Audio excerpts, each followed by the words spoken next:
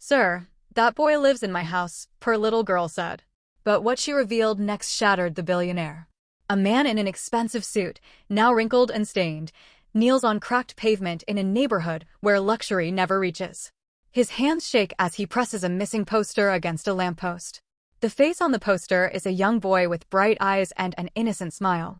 Behind him, a small black girl with natural curls, wearing a blue sweater and looking far too wise for her age, stops and stares at the poster like she's seen a ghost. She tugs his sleeve with trembling fingers. "Sir, that boy lives in my house." The billionaire's world stops spinning.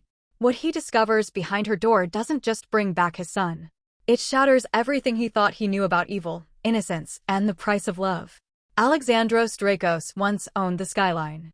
Glass towers bearing his name pierced the clouds of Aegea City like crystalline spears, declaring his dominance over commerce, real estate, and ambition itself. His face appeared on magazine covers with headlines calling him the visionary who turned sand into gold. Private jets waited at his command. Islands scattered across the Mediterranean bore deeds with his signature. He moved through the world like a force of nature, bending markets to his will with a single phone call, closing deals that made other billionaires jealous, living a life most people couldn't even fantasize about accurately. People called him the Lion of Aegea, untouchable and unstoppable. Ruthless in business, but fair. Demanding, but generous. A man who built an empire from the ruins of his immigrant parents' dreams and never apologized for his success. But the day his 8-year-old son Nicandros disappeared from their private garden, all that power became meaningless dust slipping through his desperate fingers. It happened on a Tuesday afternoon in June. Alexandros had been in his home office, visible through the window, taking a conference call about a merger in Singapore. He could see Nicandros playing on the red swing set they'd installed last Christmas. The boy wore his favorite blue shirt with a cartoon character on the front. He was singing to himself, that off-key happy sound that only children make when they think no one is listening. Alexandros smiled, held up one finger in a just one more minute gesture. Nicandros nodded and went back to swinging, pumping his legs to go higher. The call lasted 17 minutes. When Alexandros hung up and looked out the window again, the swing moved gently in the breeze, empty. The security gate stood open. His son was gone. 1 year. 365 days of living hell. The first weeks were a blur of police interviews, FBI involvement, press conferences with his face on every news channel begging whoever took his son to please bring him back. Private investigators combed through security footage, interviewed every employee, every delivery person, every stranger who'd been within a mile of the estate. They found nothing. No ransom demand. No witnesses. No body. Nicandros had simply vanished like he'd never existed at all. The mansion that once rang with laughter now echoed with silence, so heavy it pressed down on Alexandros's chest until he couldn't breathe. Marble halls stretched empty. Dinner tables set for two sat untouched except for one broken man who pushed food around his plate while staring at an empty chair across from him. Every night, Alexandros stood in the doorway of his son's untouched bedroom, staring at the bed still made with superhero sheets, toys arranged exactly as they'd been left. Drawings still taped to the walls showing stick figures of Baba and Nikan holding hands under a smiling sun. "Where are you, Nikan?" he whispered into the darkness. "Please, God, wherever you are, just let him be alive. Let him know I'm looking. Let him know I haven't given up." The media circus died down after 6 months. New tragedies replaced his on the news cycle. Police leads went cold one by one until detectives stopped returning his calls as frequently. Private investigators gently suggested that after this much time, perhaps he should prepare himself for the worst. Everyone moved on. Everyone except the father who couldn't take a breath without wondering if his son was breathing somewhere too. Alexandros stopped going to the office. His companies ran themselves or didn't. He couldn't bring himself to care. Board members expressed concern. Shareholders worried. His assistant fielded calls he ignored. What did any of it matter? What was the point of building empires when the only thing he truly loved had been stolen from the center of his world? That morning, exactly 1 year and 2 weeks after Nicandros disappeared, Alexandros woke before dawn and looked at himself in the bathroom mirror. A ghost stared back. Stubble covered his jaw, gray threading through black in ways that hadn't been there a year ago. His expensive suits hung loose on a frame that had forgotten how to eat properly. Dark circles carved deep shadows beneath eyes that had forgotten how to sleep more than 2 hours at a time. He looked like death wearing an expensive watch. He made a decision. No driver. No security detail. No assistants hovering with concerned faces and useless suggestions. Just him, his car, and a bundle of photocopied missing posters he'd been making himself for months, because he couldn't stand to delegate even that small task. Each poster featured Nicandrosa's smiling face beneath bold letters, missing, reward for information, followed by Alexandrosa's personal cell phone number. He dressed in jeans and a wrinkled jacket that used to smell of expensive cologne and now just smelled of exhaustion and unwashed desperation. He grabbed the posters from his office where he'd left them stacked on the desk, hundreds of copies of his son's face reproduced on cheap paper because maybe, just maybe, someone somewhere had seen something. Today I'll go further, he murmured to himself, a ritual promise he made every morning. Today I'll find something. Today can't be like yesterday. He drove himself out of the gated community where other mansions slept behind high walls and security cameras. He passed through the commercial district where his name appeared on 3 different buildings. He kept driving until the roads narrowed, the buildings shortened, and the neighborhood transformed into something his former self would never have visited. The Kinthos district sprawled at the eastern edge of Aegea City, like a wound that never healed. Here the buildings leaned like drunken giants propped against each other for support. Paint peeled from walls in long strips revealing older paint beneath, archaeological layers of decay. Graffiti covered surfaces in angry splashes of color. Windows were cracked or boarded up or simply missing. Trash collected in corners where the city's sanitation services apparently didn't bother to reach. The potholed asphalt made Alexandrosa's luxury sedan rattle and bounce. People on the sidewalk stared at the expensive car with a mix of suspicion and calculation. Here no one recognized the billionaire from magazine covers because survival mattered more than celebrity gossip. Because this was a place where people worried about making rent and feeding children and staying invisible to authorities who might ask uncomfortable questions. Alexandros parked crookedly against a curb, not caring about parking regulations or the possibility of someone breaking into his vehicle. Let them take it. Let them strip it for parts. Material possessions meant nothing when your soul had already been stolen. He grabbed the bundle of posters and stepped onto streets that smelled of garbage, desperation, and forgotten dreams. The morning sun tried to break through the smog and failing architecture, but only managed a weak gray light that made everything look even more hopeless.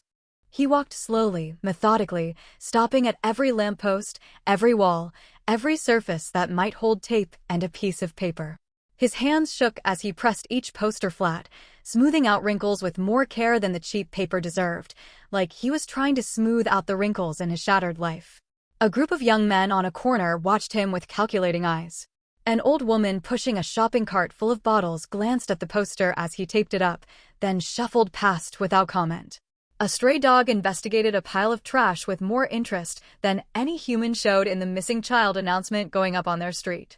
Alexandros stopped in front of a rusted lamppost that leaned at a concerning angle.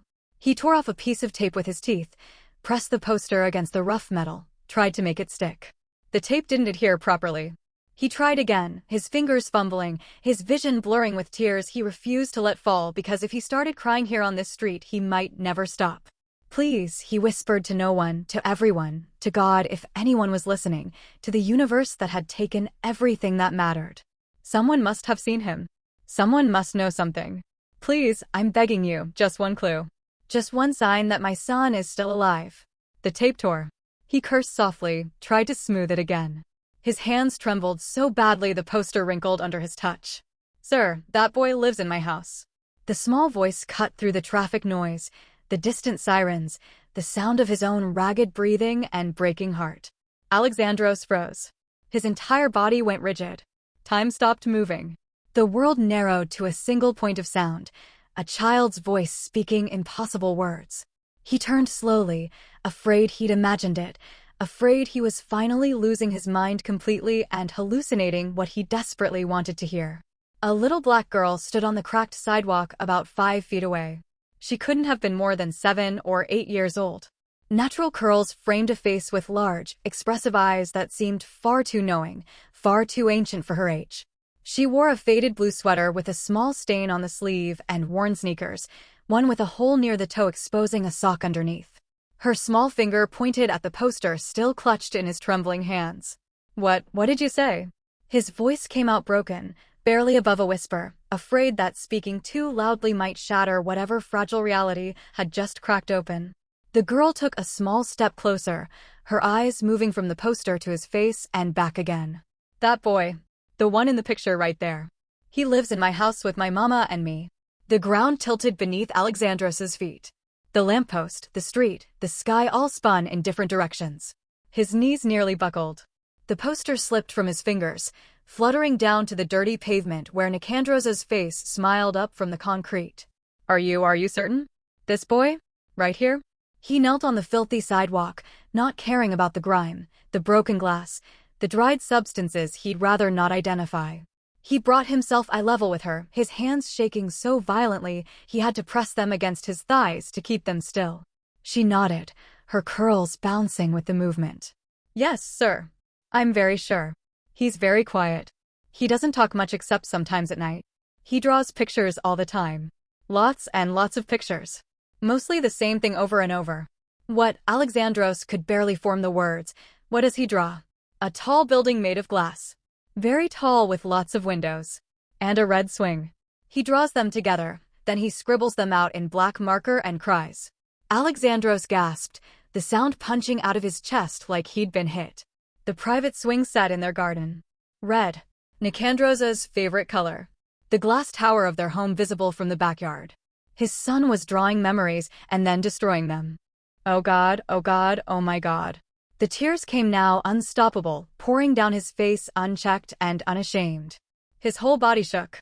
The girl watched him with a mix of fear and compassion that no child should have to feel for a stranger. She reached out hesitantly and touched his shoulder. Are you okay, mister? He cries at night, she continued softly, her young voice carrying the weight of things she shouldn't have witnessed, secrets she shouldn't know. Sometimes he talks in his sleep. He says words I don't understand at first, but I listen lots of times. He says a name over and over.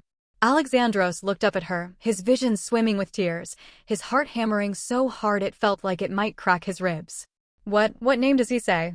The girl's eyes glistened with unshed tears of her own, reflecting something sad and complicated. He says Baba Alex. Over and over.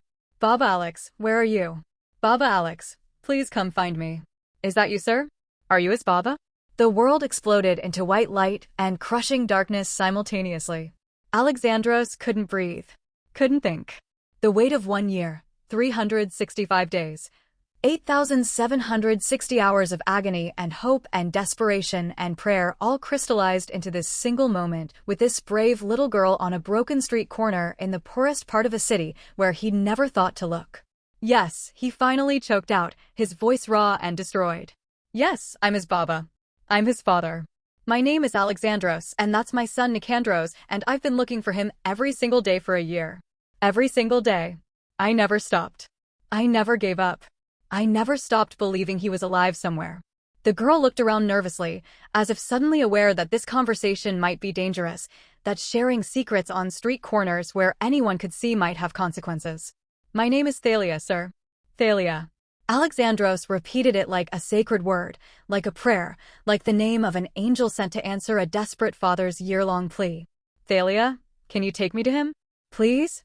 I just need to see him. I just need to know he's really alive. I won't cause trouble. I won't hurt anyone. I just need to see my son. She bit her lip, conflict playing clearly across her young face. My mama might get very angry.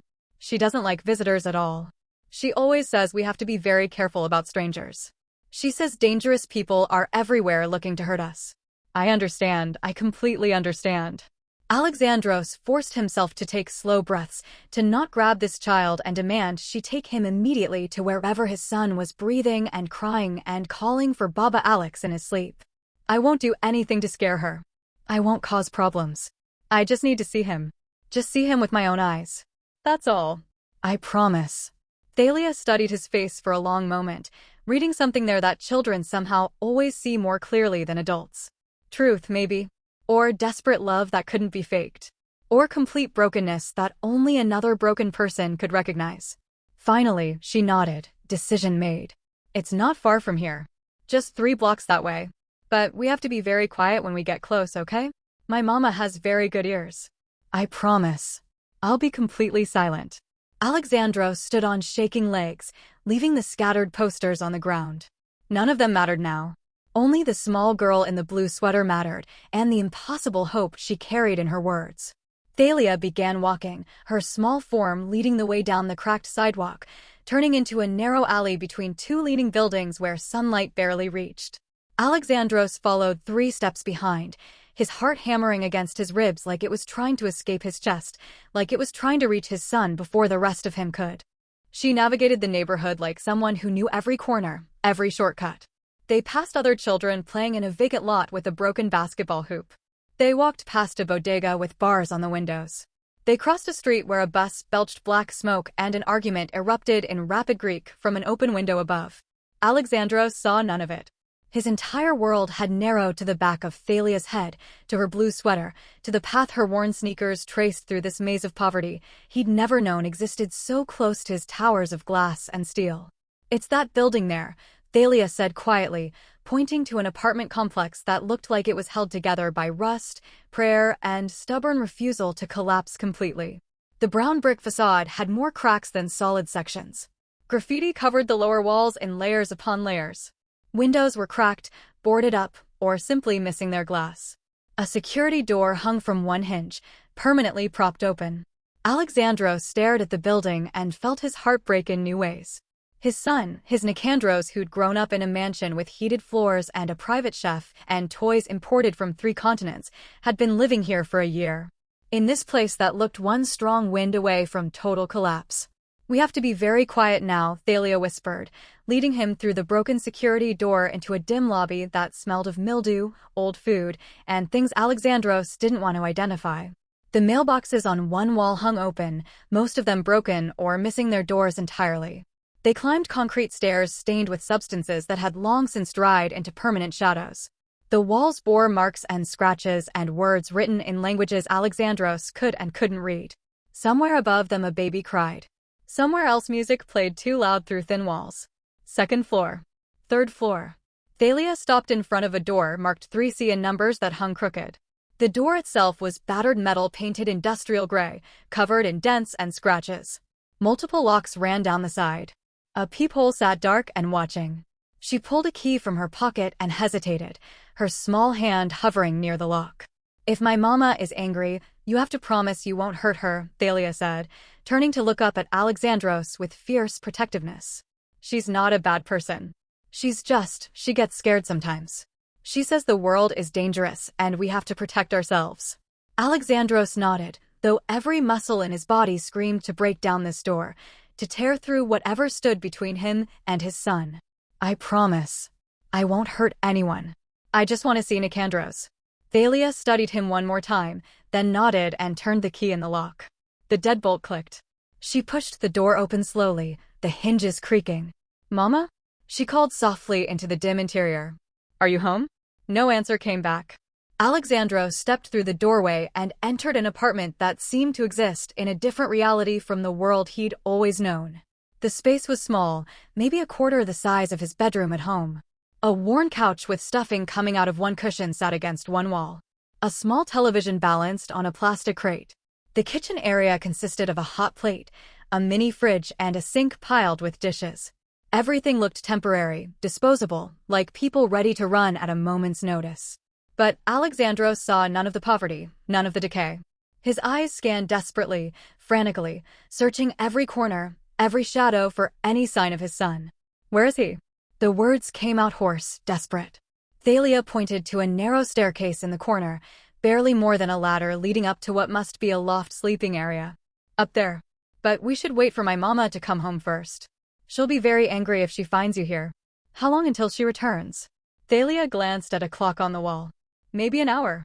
Maybe less. She works mornings at the laundry 3 blocks away." An hour.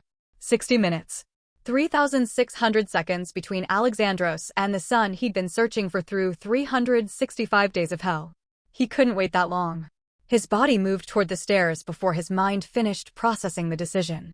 "Sir, wait," Thalia called quietly. "Please, you promised." But Alexandros was already climbing, his hands gripping the rough wooden rails, his feet finding each step through muscle memory he didn't know he possessed. The loft space came into view. A small area with slanted ceiling. 2 mattresses on the floor. Drawings taped to every available surface. Pictures of buildings, swings, stick figures, all executed in the shaky hand of a young child. And there, in the corner on one of the mattresses, covered with a thin blanket, sleeping in the gray morning light that filtered through a small dirty window, was his son, Nicandros. Alexandros's legs gave out. He collapsed to his knees beside the mattress, a sound between a sob and a gasp tearing from his throat. The boy looked thinner than he remembered. His curly hair had grown longer, messier. But it was him. Absolutely, undeniably him. The same nose. The same curve of his cheek. The same small scar on his forehead from falling off his bicycle 2 years ago. Oh God. Oh my God. Nikin. Nikin, baby, it's you. You're alive. You're really alive.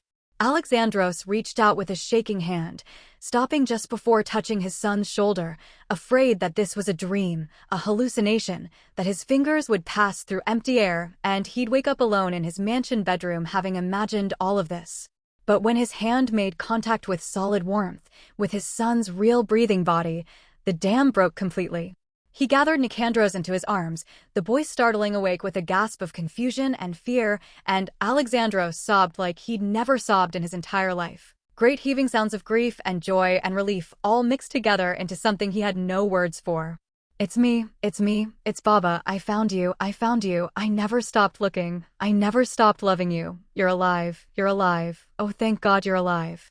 But Nicandros struggled against his grip, eyes wide with fear and confusion. Get off me, who are you, Mama Yuri, help, Mama Yuri. The words stabbed into Alexandros's heart like knives. His son didn't recognize him.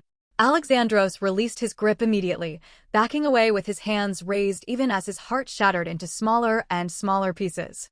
Nicandros scrambled backward on the mattress, pressing himself against the wall, his eyes wide with terror as he stared at the stranger who'd grabbed him from sleep. I'm so sorry, I didn't mean to scare you. Alexandros's voice broke on every word. Please, Nikin, please don't be afraid. I would never hurt you. Never. Don't call me that. The boy's voice trembled. Only my Baba calls me Nikin and he's gone. Mama Yuri said he's gone forever. The name hit Alexandros like a physical blow. Mama Yuri. His son was calling someone else Mama. Thalia appeared at the top of the stairs, her face pale with worry. Nikin, it's okay. This man isn't here to hurt anyone. He's just looking for someone. Who is he? Why was he touching me? Nicandros demanded, tears streaming down his face now. Where's Mama Yuri? The front door slammed open downstairs with a crash that made all 3 of them jump. Thalia? Is that you, baby? A woman's voice called up, sharp with suspicion. Why is the door unlocked? I told you to always lock it behind you. Heavy footsteps on the stairs. Fast, urgent. A woman appeared in the loft entrance and froze, her eyes going wide as she took in the scene. Alexandros kneeling on the floor. Nicandros pressed against the wall crying. Thalia standing between them. The woman was in her mid-30s with tired eyes and dark hair pulled back in a hasty ponytail. She wore the uniform of the laundry service, the name Eurydice stitched above the pocket. Her face cycled through shock, fear, and then hardened into something cold and dangerous. Who the hell are you? Get away from that child right now. She rushed forward, positioning herself between Alexandros and Nicandros, one arm stretched protectively behind her to shield the boy. Her other hand pulled a small canister from her pocket. Pepper spray, Alexandros realized. Mama. Nicandros threw himself against her back, sobbing. He grabbed me. He was saying weird things. Please, Alexandros raised his hands higher, showing he meant no threat, his voice desperate and pleading. Please, just listen to me. My name is Alexandros Dracos. I'm not here to hurt anyone. That boy, that's my son Nicandros. He's been missing for over a year. Your daughter Thalia, she told me he was here. Eurydice's face went pale as fresh snow, then flushed red with anger or fear or both. My daughter is confused and you're a liar. There is no missing boy here. This is my son and you need to leave my home right now before I call the police. Mama, but Thalia started, her voice small and uncertain. Quiet. Eurydice snapped without taking her eyes off Alexandros. Get downstairs right now, Thalia. Lock yourself in the bathroom. But Mama, he's telling the truth. I saw the posters. That's Nikin in the pictures. Thalia's voice gained strength, defiance creeping in. The boy who draws the glass tower and the red swing. The boy who cries for his Baba Alex at night. You told me he was my cousin visiting for a while, but that's not true, is it? You don't know what you're talking about. Eurydice's voice rose to near hysteria. Sir, I don't know what kind of sick game you're playing, but you need to leave my home immediately or I will scream this building down and tell everyone a rich man broke in trying to kidnap my child. Please. Alexandros felt his composure cracking, shattering completely. Please just let me explain. Look at him. Really look at him. Look at my face. We have the same eyes, the same nose. He's my blood. He's my son and someone took him from me and I've been searching everywhere, every single day, and I just need to know he's okay. He's not your anything.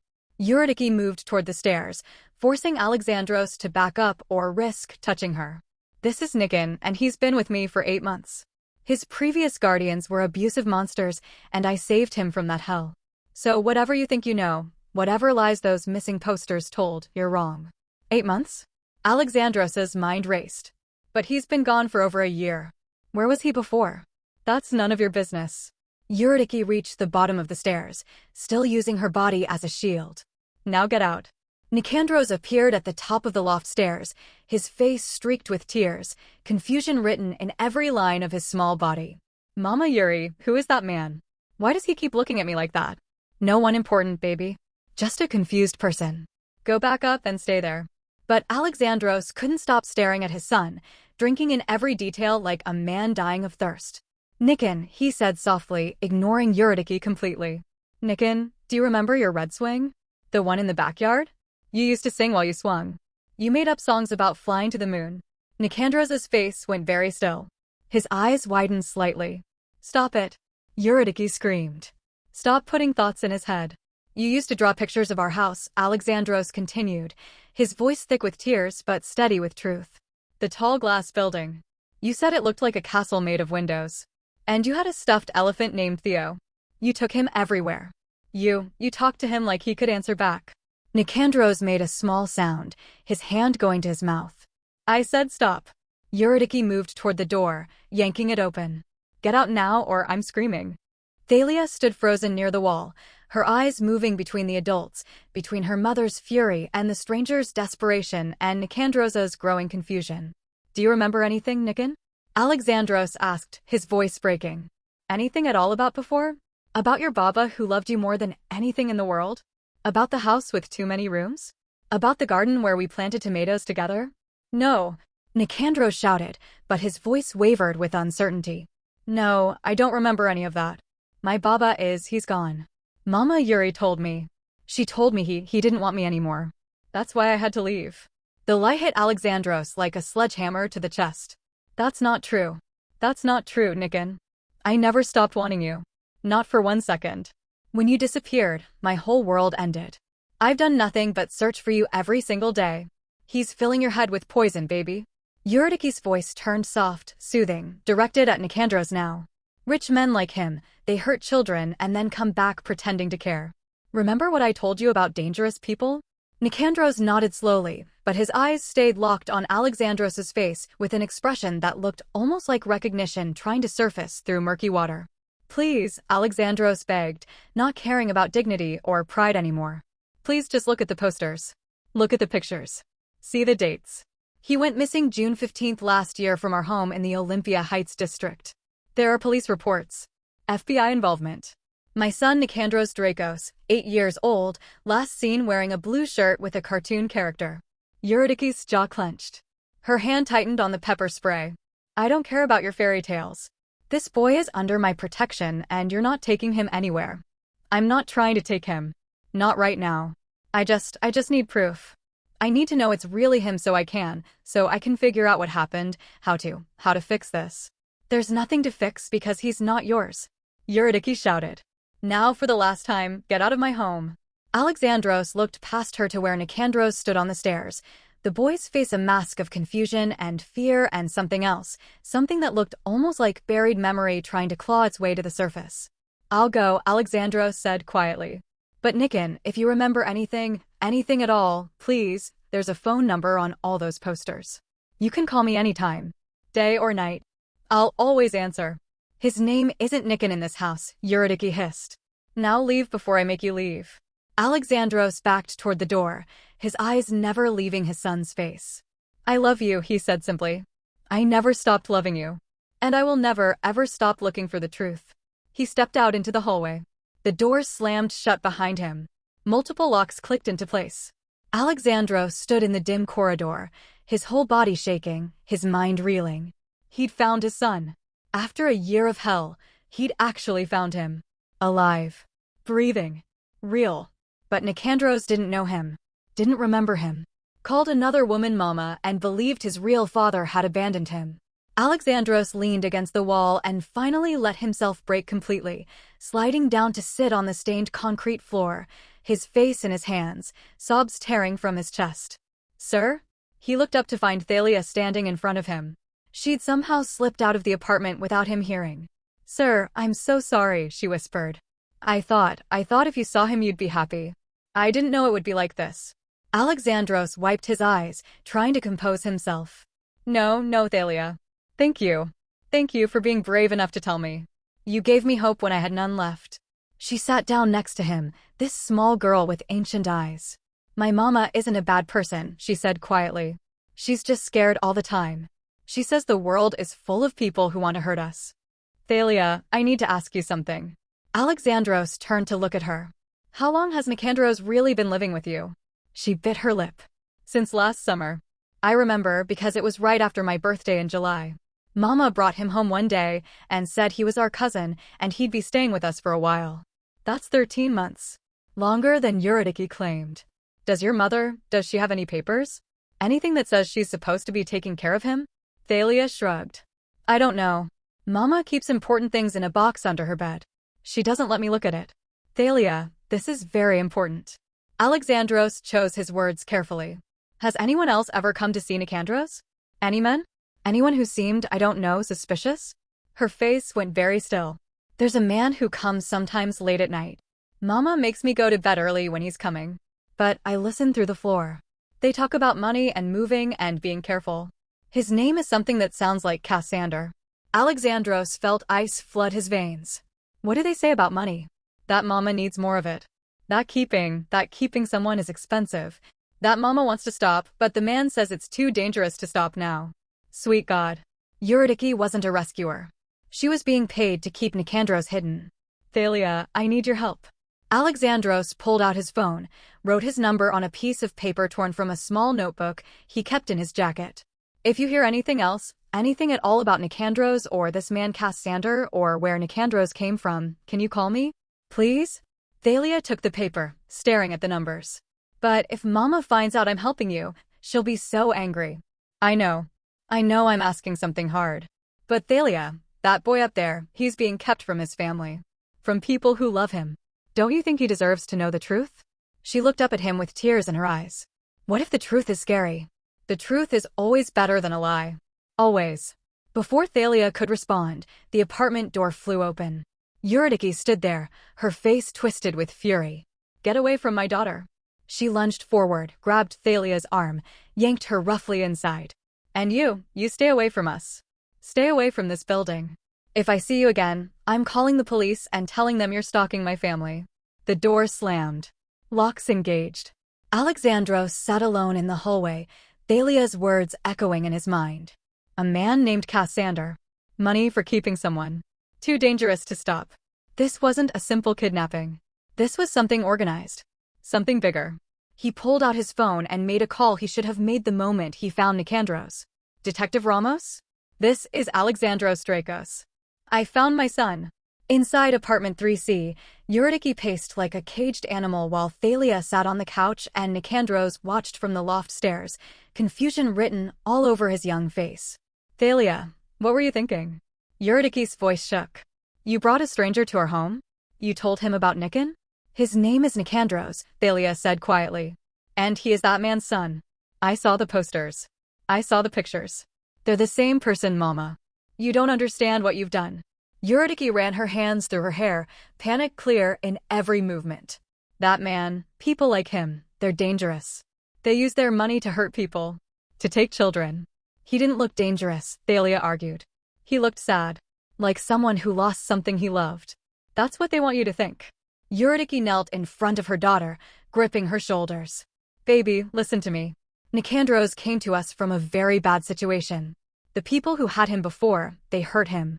They made him afraid of tall buildings and rich people and anything that reminded him of where he came from. I'm protecting him. Do you understand? I'm keeping him safe. Thalia stared at her mother, wanting to believe, wanting the woman she'd trusted her whole life to be telling the truth. But something felt wrong. Something had felt wrong for months. If you're protecting him, why does he cry every night? Why does he call for his baba? Because he's confused. Because trauma does that to children. Eurydice's voice rose. He doesn't remember clearly. His mind is protecting him from the pain. Up on the stairs, Nicandros spoke softly. Mama Yuri, was that really my baba? No, baby. Absolutely not. That was a bad man pretending to be your father. Your real baba he's gone. Remember? We talked about this. But he knew about Theo. Nicandros's voice wavered. He knew about my elephant. How would he know that if he wasn't really my baba? Eurydice's face went pale. Lucky guess. Or maybe he talked to people who knew you before. Rich people have investigators who find out things. They use information to manipulate. Nicandros nodded slowly, but doubt clouded his eyes. That night, after Eurydice had put both children to bed with extra locks on all the doors and windows, after she'd checked 3 times that everything was secure, she sat alone in the dark living room with her phone pressed to her ear. We have a problem, she said quietly when the call connected. What kind of problem? A man's voice, rough and impatient. The father found us. I don't know how. Some rich billionaire showed up at my door claiming the boy is his missing son. Silence on the other end. Then, does he have proof? He has posters. Pictures. He knows details about the kid's life before. Cassander, I can't do this anymore. This was supposed to be temporary. You said 6 months maximum. And I've been paying you double what we agreed because you're doing good work keeping him quiet and hidden. He's not staying quiet. He has nightmares. He talks in his sleep. And now my daughter is asking questions, bringing strangers here. This is falling apart. Then make it not fall apart. The voice turned hard, threatening. You know what happens if you try to back out now, Eurydice. You know what I can make happen to you and that little girl of yours. Are you threatening Thalia? I'm reminding you of the agreement. You keep the boy. You keep him quiet. You collect your money. And you don't ask questions or develop a conscience. I want out. Too late for that. You're in this until I say you're out. And right now, with the father sniffing around, we need to move the package. Move him where? Not your concern. Just have him ready. I'll come get him in 3 days. 3 days? No, that's too fast. He'll fight. Thalia will notice. Then drug him if you have to. Tell your daughter he's visiting other family. I don't care how you manage it. Just have him ready. The line went dead. Eurydice sat in the darkness, her hands shaking. She looked around the small apartment, at the life she'd built on money earned from keeping stolen children hidden. She thought about Thalia sleeping in the next room, innocent and trusting. She thought about Nicandros in the loft, a boy who cried for a father he couldn't quite remember. She'd told herself she was protecting him. That whatever life he'd come from must have been terrible if someone paid to have him taken. That she was giving him safety and care. But the way that man, Alexandros, had looked at the boy, the naked love and desperation in his eyes, the way he'd known details no investigator could have discovered. That was a father looking at his son. And she was the monster keeping them apart. Upstairs in the loft, Thalia lay awake in her mattress, her mind racing. She waited until she heard her mother's soft snores from the couch below, then carefully, silently, she slipped out of bed. She crept across the floor, avoiding the boards she knew creaked. She reached her mother's sleeping area and knelt beside the bed. Under the bed was a locked metal box. Thalia had seen her mother open it before, had watched where she hid the key. Behind the broken outlet cover on the wall. Her small fingers pried it loose, found the key taped to the back. The box opened with a soft click that sounded like thunder in the quiet apartment. Inside were papers, documents, and a leather-bound ledger. Thalia's hands shook as she opened it. Page after page of names. Children's names. With dates and numbers and words she didn't understand but felt were wrong, felt were evil.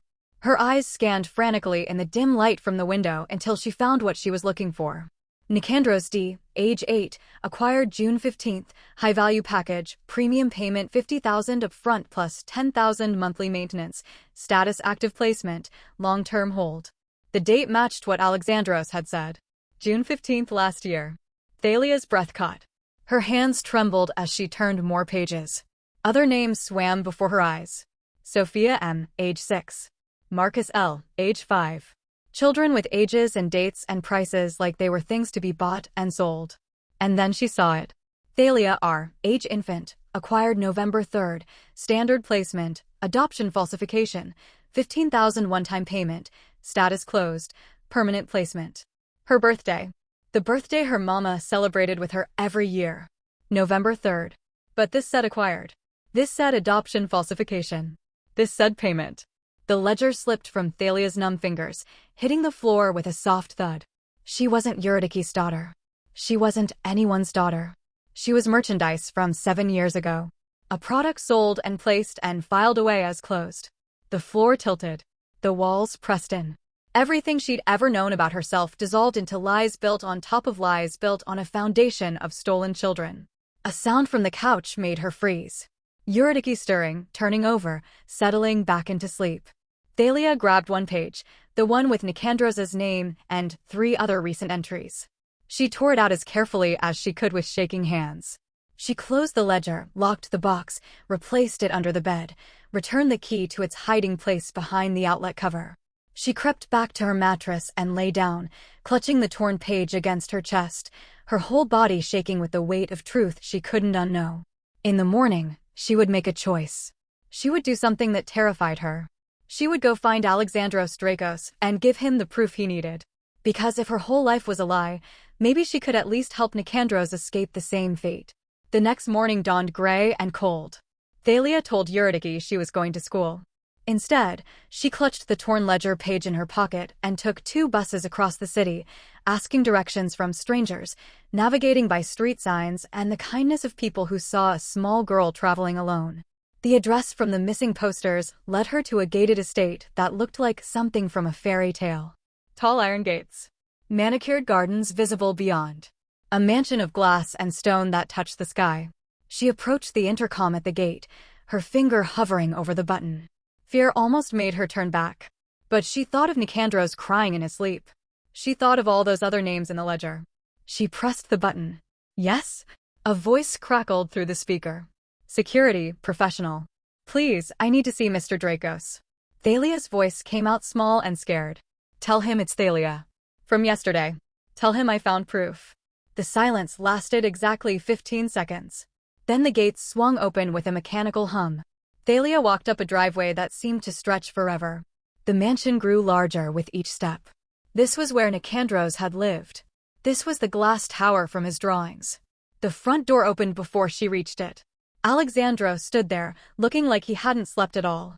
His eyes were red-rimmed, his face unshaven, still wearing the same wrinkled clothes from yesterday.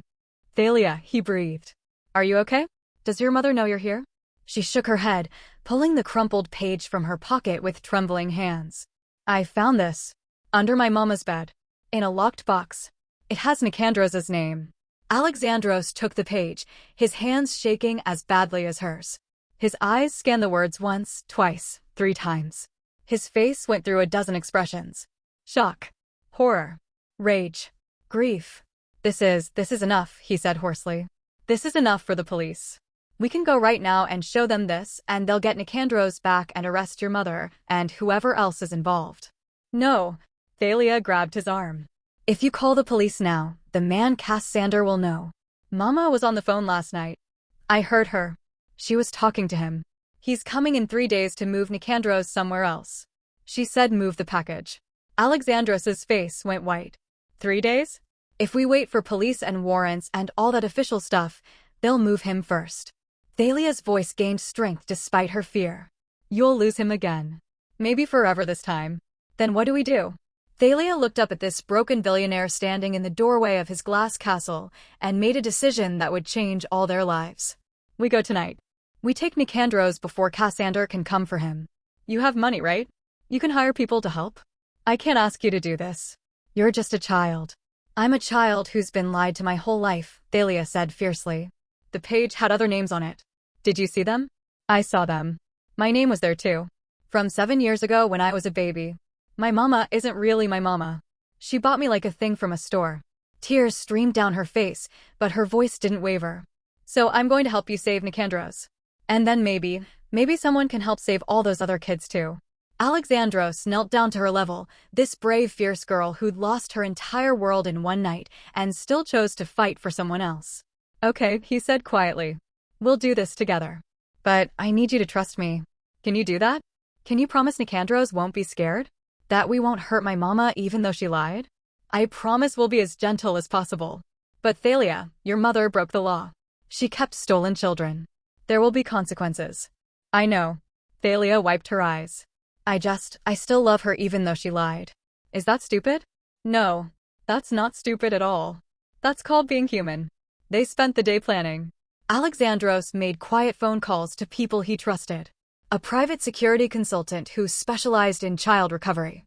A lawyer who understood the complexities of kidnapping cases. 2 plainclothes police detectives who'd worked Nicandros's case from the beginning and still believed. No media. No publicity. Just a small team who could move fast and quiet. Thalia drew maps of the apartment layout. She explained Eurydice's schedule, when she slept, where she kept her phone, which boards creaked and which doors stuck. The plan was simple. Wait until after midnight when Eurydice would be in her deepest sleep. Thalia would let them in quietly. They'd wake Nicandros gently, explain carefully, and leave before Eurydice could call Cassander for help.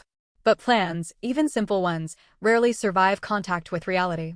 At 11:30 that night, Alexandros sat in an unmarked car 3 blocks from the Kinthos apartment building. With him were Detective Ramos, Detective Chin, the security consultant Marcus, and Thalia, who'd refused to be left behind despite everyone's arguments. Thalia, you don't have to do this, Alexandros said for the 10th time. You can wait here where it's safe. He's less likely to be scared if he sees me first, she insisted. I'm his friend. He trusts me. Alexandros looked at Detective Ramos, who sighed and nodded. The kid has a point. And she knows the layout better than any of us. At 11:45, Thalia's phone buzzed. A text from a number she didn't recognize. Change of plans. Cassander coming tonight instead of 3 days. He's already on his way. Get Nikan ready or there will be consequences. The message was from Eurydice. Thalia showed it to Alexandros, her face pale. He's coming now. Right now. Then we move now. Alexandros was already opening the car door. Right now before he gets there. They ran. 3 blocks became a blur. Upstairs taking them 2 at a time. Down the hallway to apartment 3C. Thalia used her key, hands shaking so badly it took 3 tries to get it in the lock. The apartment was dark. Quiet. Too quiet. Mama? Thalia called softly. No answer. They moved through the space, weapons drawn, every sense heightened. The living room was empty. The kitchen area clear. Upstairs, Alexandros mouthed, pointing to the loft. They climbed the narrow stairs. The loft space came into view. Eurydice sat on her mattress, her face in her hands, crying. Next to her, Nicandros slept unnaturally still, his breathing too slow. What did you do? Thalia screamed. Mama, what did you do to him? Eurydice looked up, her face destroyed by tears and guilt. I gave him something to make him sleep. Cassander said to have him ready, to make sure he wouldn't fight. I'm sorry. I'm so sorry. I didn't know what else to do. You drugged him? Detective Ramos moved quickly to Nicandros, checking his pulse, his breathing. What did you give him? Just sleep medicine. Children's sleep medicine. 2 pills. Maybe 3. I don't remember exactly. Alexandros pushed past everyone, gathering his son into his arms. Nikan, wake up.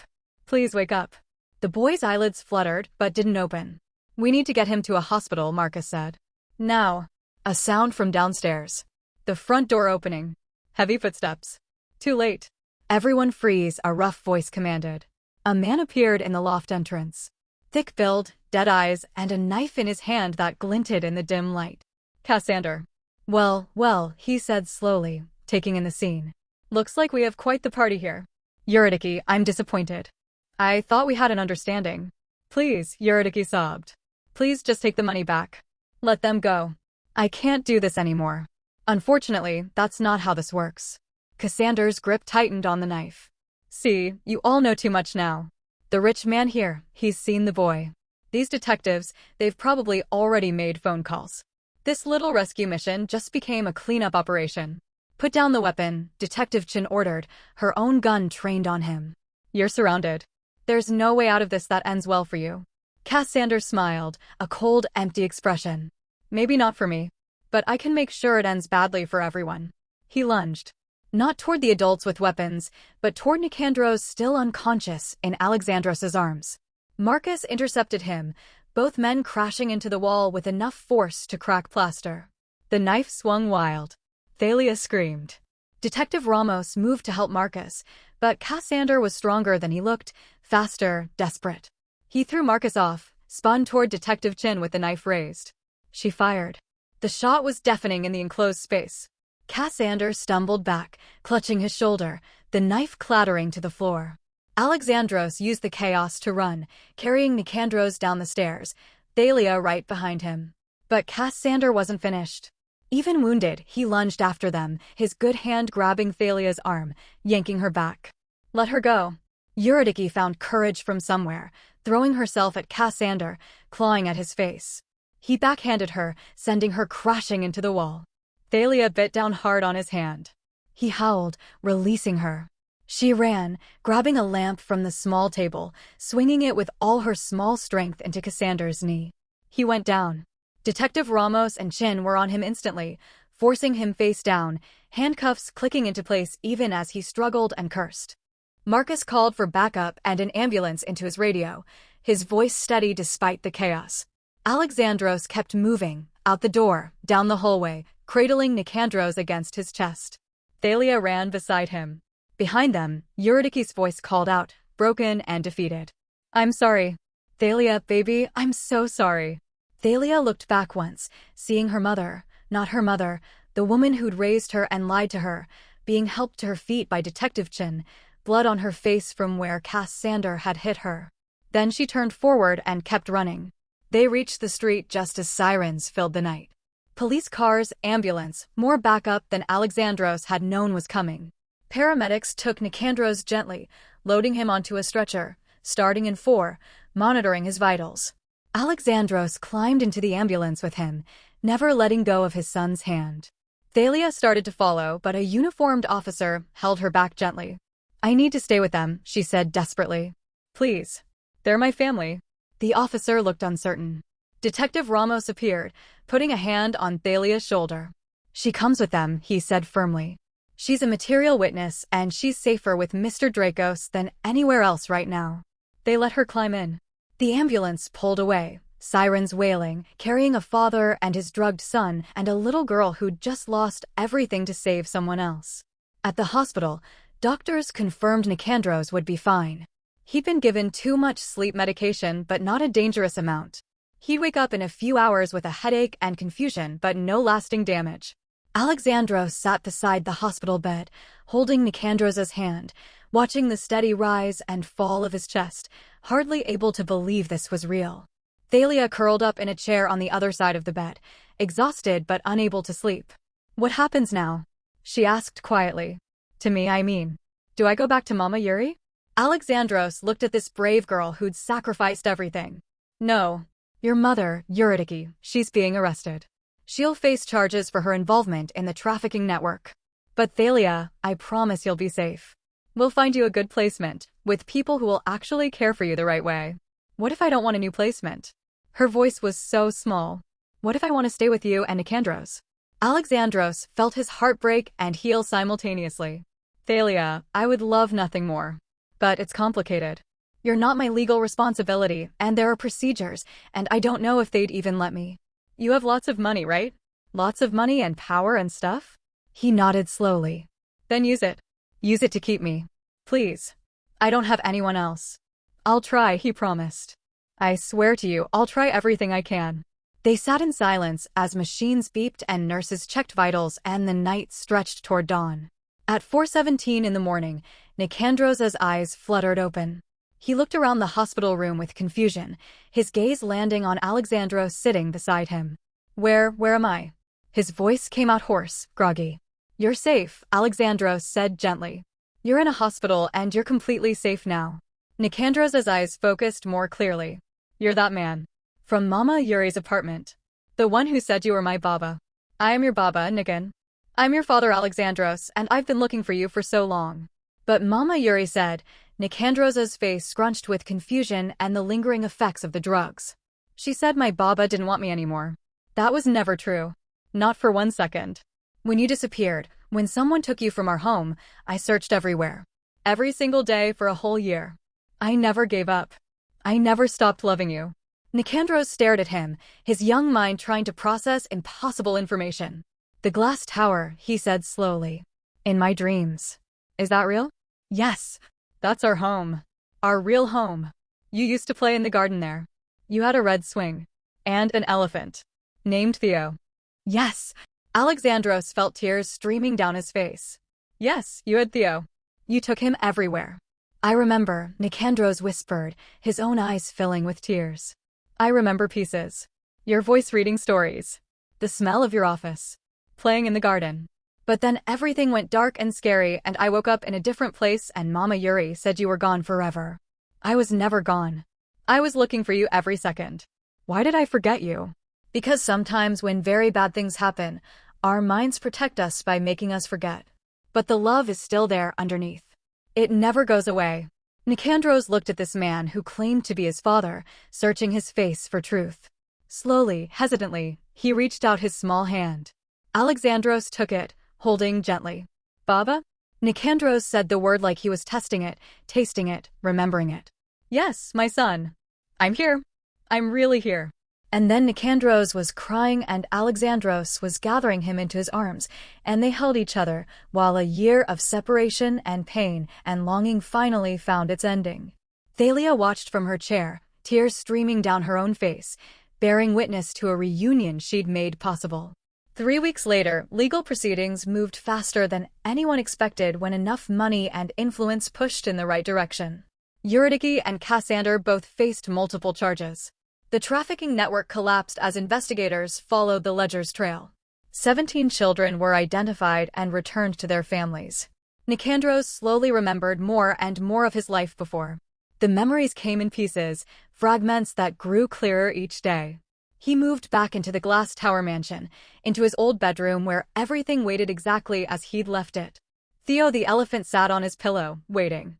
And Thalia, after emergency custody hearings and expedited background checks and more legal maneuvering than should have been possible, found herself standing in that same mansion with a social worker explaining that Mr. Dracos had applied for emergency foster placement with intent to adopt. "Would you like that, Thalia?" The social worker asked gently. "Would you like to stay here with Mr. Dracos and Nicandros?" Thalia looked around the enormous house that could fit her old apartment 20 times over. She looked at Nicandros, who smiled at her with genuine friendship. She looked at Alexandros, who stood waiting for her answer with hope and kindness in his eyes.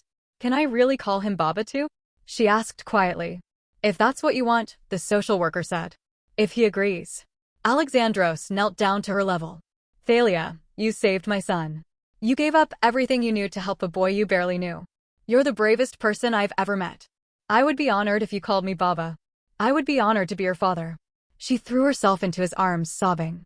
He held her tight, this fierce, brave girl who'd been merchandise once, but would be his daughter now. 6 months passed. The legal adoption finalized. Thalia Dracos became official.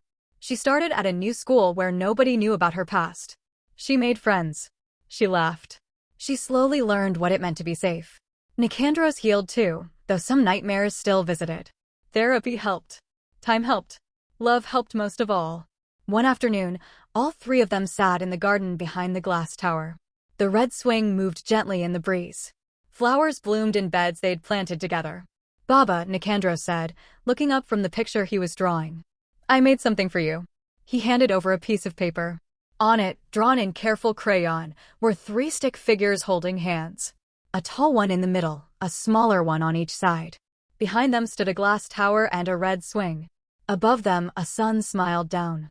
At the bottom, in his careful handwriting, he'd written, "My family." Alexandros looked at the drawing, at his children sitting on either side of him, and felt his heart whole in a way it hadn't been since that terrible June afternoon when everything shattered. Sometimes what breaks us becomes the foundation for something even more beautiful than what we lost. He'd lost his son and found him again. And in the finding, gained a daughter he never knew he needed. 2 children, broken by the same evil, healed by the same love. The billionaire who once measured worth in buildings and deals now measured it in bedtime stories, school projects, and laughter echoing through halls that remembered silence. Thalia leaned her head against his shoulder. Baba, do you think Mama Yuri thinks about me sometimes? Alexandros chose his words carefully. I think she probably does.